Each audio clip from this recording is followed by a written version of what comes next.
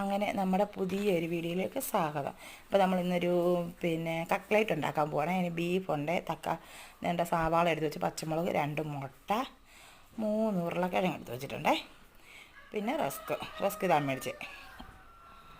അങ്ങനെ നമുക്ക് ഒരു കഷ്ണം ഇഞ്ചി. അപ്പോൾ നമുക്ക് ഇനിയും ഇത് പുഴുങ്ങിയെടുക്കണം ഉരുളക്കിഴങ്ങ്.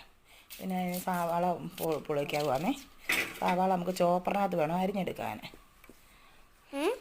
അപ്പോൾ അത് ഞാൻ ഇങ്ങനെ കഷ്ണിച്ചിട്ടിട്ട് വേണം നമുക്ക് ചോപ്പറിനകത്തോട്ട് അരിയാൻ. പച്ചമുളകും കൂടെ അരിഞ്ഞു കൊടുത്തു.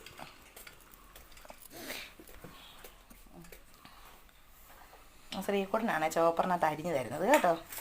ശ്രീക്കുട്ടനാണ് എനിക്ക് എന്തുകൊണ്ടേലും ചോപ്പറിനകത്ത് അരിയുന്ന അവനാ.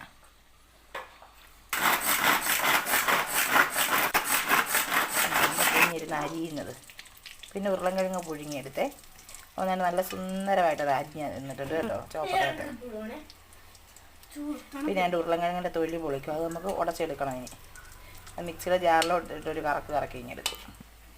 അങ്ങനെ അത് അരച്ചെടുത്തിട്ടുണ്ട്. പിന്നെ അതിൻ്റെ ബീഫ് ഇനിയും പൊടിച്ചെടുക്കണം നമുക്ക് മിക്സിക്കകത്തോട്ട്.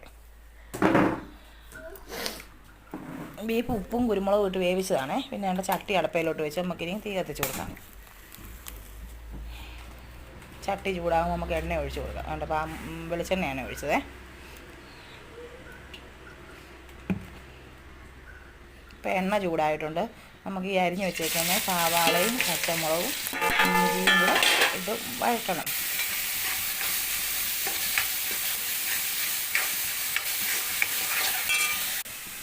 അതൊന്ന് മൂത്ത് വരും. അത് പെട്ടെന്നൊന്ന് വാടാനാണ് ഉപ്പിട്ട് കൊടുത്തത്. പിന്നെ നമ്മുടെ ഗരം മസാലപ്പൊടി എന്ന് വെച്ചാൽ പട്ടയും പിന്നെ മറ്റേ ഇതും കൂടെ ഗ്രാമ്പും കൂടെ, പിന്നെ കുരുമുളക് പൊടി, പിന്നെ 2 ഉരുളക്കിഴങ്ങ് നമ്മൾ അരച്ച് വെച്ചിരുന്നില്ലേ പൊടിച്ചത് അത്, പിന്നെ നമ്മുടെ ബീഫ് പൊടിച്ചത്, അത്രയും കൂടി ഇട്ട് നല്ല ഇളക്കിയെടുക്കണം. ഏതാണ്ട് 2 മുട്ട എടുത്ത് അടിച്ച് വെച്ചിട്ടുണ്ട്. ഇത് വേറൊരു പാത്രത്തിൽ. പിന്നെ റസ്ക് പൊടിച്ചത്. പിന്നെ അത് കണ്ടോ ഉരുട്ടി ഓവൽ ഷേപ്പിൽ ആക്കുക. എന്നിട്ട് മുട്ടയ്ക്കകത്ത് മുക്കി ബ്രെഡിനകത്ത് ഇടണം. റസ്ക് പൊടിയാണ്, ബ്രെഡല്ല, റസ്ക് പൊടി. എന്നിട്ട് എണ്ണ അടപ്പേ വെച്ചിട്ടുണ്ട്. നമുക്കപ്പോൾ എണ്ണ തിളച്ചപ്പോൾ എണ്ണയ്ക്കകത്തോട്ട് ഇട്ട് വറുത്ത് കോരിയെടുക്കാം.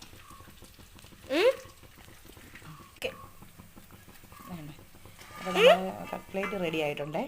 അപ്പോൾ നല്ല ശ്രീക്കുട്ടൻ കഴിച്ചിട്ട് സൂപ്പറാണെന്ന് പറയുന്നുണ്ട്. അപ്പോൾ നമുക്ക് മറ്റൊരു വീഡിയോ കാണാം. Tata bye.